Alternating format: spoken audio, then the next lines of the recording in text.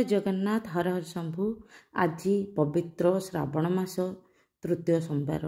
ଏହି ଶ୍ରାବଣ ମାସ ସୋମବାର ଉପଲକ୍ଷେ ଚାଲନ୍ତୁ ଶୁଣିବା ଆମେ ଶ୍ରାବଣ ସୋମବାର ବ୍ରତ କଥା, ଯାହା ଶୁଣିଲେ ମନବାଞ୍ଛା ପୂର୍ଣ୍ଣ ହୁଏ ବୋଲି ବିଶ୍ୱାସ ଅଛି। ଏହା ଭଗବାନ ଶିବଙ୍କ ଦ୍ୱାରା ଆଶୀର୍ବାଦ ପ୍ରାପ୍ତ ହୋଇପାରିବା। ଚାଲନ୍ତୁ ଶୁଣିବା ଶ୍ରାବଣ ମାସ ବ୍ରତ କଥା। ପ୍ରାଚୀନ କାଳରେ ଜଣେ ଧନୀ ବ୍ୟକ୍ତି ଥିଲେ, ଯାହାର ପ୍ରଚୁର ଧନ ଏବଂ ଖ୍ୟାତି ଥିଲା। କିନ୍ତୁ ଦୁର୍ଭାଗ୍ୟଟି ହେଲା, ସେହି ଧନୀ ବ୍ୟକ୍ତିଙ୍କର କୌଣସି ସନ୍ତାନ ନଥିଲା। ଏ କଥା ତାଙ୍କୁ ସବୁବେଳେ କଷ୍ଟ ଦେଉଥିଲା। କିନ୍ତୁ ସେ ଏବଂ ତାଙ୍କ ପତ୍ନୀ ଶିବଙ୍କର ଭକ୍ତ ଥିଲେ। ତେଣୁ ସେ ସବୁବେଳେ ଶିବଙ୍କୁ ଉପାସନା କରିବାରେ ଲାଗି ପଡ଼ିଲେ। ଦୁହେଁ ସୋମବାର ଦିନ ଭଗବାନ ଶିବଙ୍କର ଉପାସନାରେ ଉପବାସ ମଧ୍ୟ ଆରମ୍ଭ କରିଦେଇଥିଲେ। ସେମାନଙ୍କର ପ୍ରକୃତ ଭକ୍ତି ଦେଖି ମା ପାର୍ବତୀ ଭଗବାନ ଶିବଙ୍କୁ କହିଲେ ଉଭୟ ଦମ୍ପତିଙ୍କୁ ଖାଲି କଳ ପୂରଣ କରିବାକୁ କହିଥିଲେ। ଫଳରେ ଭଗବାନ ଶିବ କହିଥିଲେ କି ତାଙ୍କ ଭାଗ୍ୟରେ ସନ୍ତାନ ଯୋଗ ନାହିଁ, କିନ୍ତୁ ଆପଣ ଯଦି କହୁଛନ୍ତି ତାଙ୍କୁ ମୁଁ ସନ୍ତାନ ଗୋଟିଏ ଦେବି, କିନ୍ତୁ ସେ ଅଳ୍ପ ଆୟୁ ହେବ। ଫଳସ୍ୱରୂପ ଶିବଙ୍କ ଆଶୀର୍ବାଦରେ ବ୍ରାହ୍ମଣ ଘରେ ଗୋଟିଏ ପୁତ୍ର ସନ୍ତାନ ଜନ୍ମ ହେଲା। କିନ୍ତୁ ଶିଶୁର ଜନ୍ମ ସହିତ ଆକାଶରେ ଏକ ଶୂନ୍ୟବାଣୀ ହେଲା କି ଏହି ପିଲାଟିର ଅଳ୍ପ ଆୟୁ ହେବ। ଏହି ଶିଶୁ 12 ବର୍ଷ ବୟସରେ ମୃତ୍ୟୁବରଣ କରିବ। ଏହି ଭବିଷ୍ୟତବାଣୀ ଶୁଣି ସେହି ଦମ୍ପତି ପୁତ୍ର ପାଇଁ ବହୁତ ଦୁଃଖ ହୋଇଗଲେ, କାରଣ ତାଙ୍କର ପୁତ୍ର ଅଳ୍ପ ଆୟୁ ହେବ। ସେ ତାଙ୍କ ସନ୍ତାନର ନାମ ଅମର ରଖିଲେ। ଅମରକୁ ପିଲାବେଳୁ ଶିବଙ୍କ ଭକ୍ତିରେ ନିଜକୁ ଲୀନ କରିବା ପାଇଁ ପରାମର୍ଶ ଓ ତାଙ୍କୁ ରାସ୍ତା ଦେଖାଇଲେ। ଅମର ଟିକେ ବଡ଼ ହେଲା ପରେ ସେ ତାଙ୍କୁ କାଶୀକୁ ଶିକ୍ଷା ପାଇଁ ପଠାଇବା ପାଇଁ ଚିନ୍ତା କଲେ। ଯେତେବେଳେ ସେ ତାଙ୍କ ଭାଉଜଙ୍କୁ ପରାମର୍ଶ କଲେ ଓ ତାଙ୍କ ମାମୁଙ୍କ ସହିତ ଅମରଙ୍କୁ କାଶୀକୁ ପଠାଇବାକୁ ସ୍ଥିର କଲେ। ଅମର ତେଣୁ ତାଙ୍କ ମାମୁଙ୍କ ସହିତ କାଶୀ ଗଲେ। ସେ ଯେଉଁଠାରେ ବି ରହୁଥିଲେ, ବିଶ୍ରାମ ନେଉଥିଲେ, ସେଠାରେ ସେ ବ୍ରାହ୍ମଣମାନଙ୍କୁ ଦାନ ଦକ୍ଷିଣା ଏସବୁ କରୁଥିଲେ ଓ ଗରିବ ଲୋକମାନଙ୍କୁ ସାହାଯ୍ୟ କରୁଥିଲେ ଓ ସମସ୍ତଙ୍କୁ ଭକ୍ତିର ସହିତ ଆଗକୁ ବଢ଼ାଇବା ପାଇଁ ମାର୍ଗ ଦେଖାଉଥିଲେ ଓ ଭଗବାନ ଶିବଙ୍କର ଭକ୍ତିରେ ସମସ୍ତଙ୍କୁ ଲୀନ କରାଉଥିଲେ। ତାପରେ ସେମାନେ ଚାଲିଲା ବେଳେ ଏମିତି ଗୋଟିଏ ସହରରେ ପହଞ୍ଚିଲେ, ଯେଉଁଠାରେ ରାଜକୁମାରୀଙ୍କର ବିବାହ ସମାରୋହ ଅନୁଷ୍ଠିତ ହେଉଥିଲା। କିନ୍ତୁ ଯେଉଁଠି ରାଜକୁମାରୀଙ୍କର ବିବାହ ଅନୁଷ୍ଠିତ ହେଉଥିଲା, ତାଙ୍କ ପାଇଁ ଠିକ୍ ହୋଇଥିବା ବରର ଗୋଟେ ଆଖିରେ ଅନ୍ଧ ଥିଲା। ତେଣୁ ବରର ପରିବାର ଡରି ଯାଇଥିଲେ।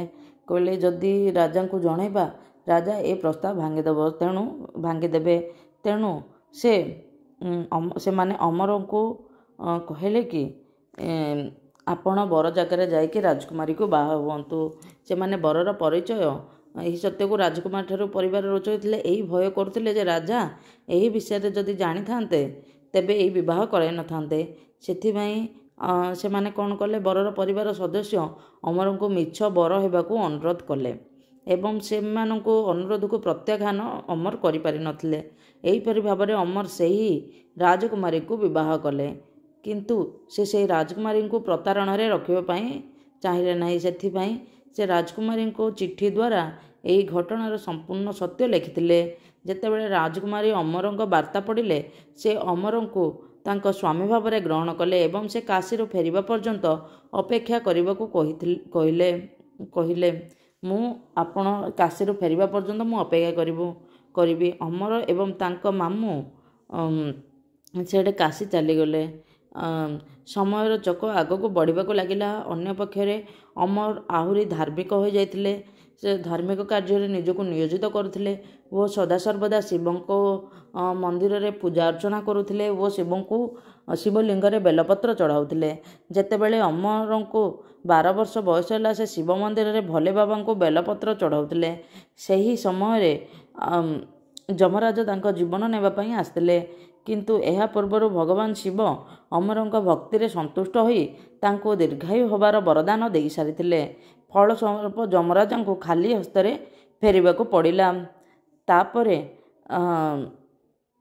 ଅମର କାଶୀରୁ ଫେରି ତାଙ୍କର ପତ୍ନୀ ରାଜକୁମାରୀଙ୍କ ସହିତ ଘରକୁ ଫେରିଥିଲେ। ଏ ରହିଲା ଆମ ଶିବ ଭକ୍ତି ମାଧ୍ୟମରେ ଆମେ କିପରି ଅସାଧ୍ୟକୁ ସାଧନ କରିପାରିବା ଆଉ ଭଗବାନଙ୍କର ଆଶୀର୍ବାଦ କିପରି ଆମ ଉପରେ ସଦାସର୍ବଦା ରହିବ ତାହାର ଏକ ଜ୍ୱଳନ୍ତ ଉଦାହରଣ। ସେଥିପାଇଁ ଏହି ଶ୍ରାବଣ ମାସ ହେଉଛି ଉପଯୁକ୍ତ ସମୟ। ଏଇଥିରୁ ଯଦି ଆମେ କିଛି ସୋମବାର ବ୍ରତ କିଛି କରିବାକୁ ଚାହୁଁଥିବା ଆମେ ନିଶ୍ଚିତ ଭାବରେ ଏହି ସମୟରୁ ଆରମ୍ଭ କଲେ ଫଳ ପ୍ରାପ୍ତି ହେବ।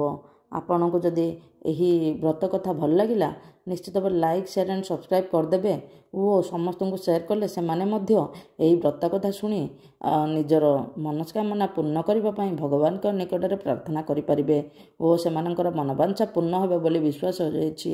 ଏହି ବ୍ରତ ପାଠ ଶ୍ରବଣ କଲେ କିମ୍ବା ପଠନ କଲେ ମନସ୍କାମନା ପୂର୍ଣ୍ଣ ହୁଏ ବୋଲି ବିଶ୍ୱାସ ଅଛି। ଚାଲନ୍ତୁ ଆପଣଙ୍କୁ ଯଦି ଏହି ଭିଡ଼ିଓ ଭଲ ଲାଗିଲା କମେଣ୍ଟରେ ନିଶ୍ଚିତ ଭାବରେ ଜୟ ଜଗନ୍ନାଥ ହର ହର ଶମ୍ଭୁ ଲେଖିଦେବେ। ଓମ୍ ନମଃ ଶିବାୟ, ଓମ୍ ନମଃ ଶିବାୟ, ଓମ୍ ନମଃ ଶିବାୟ।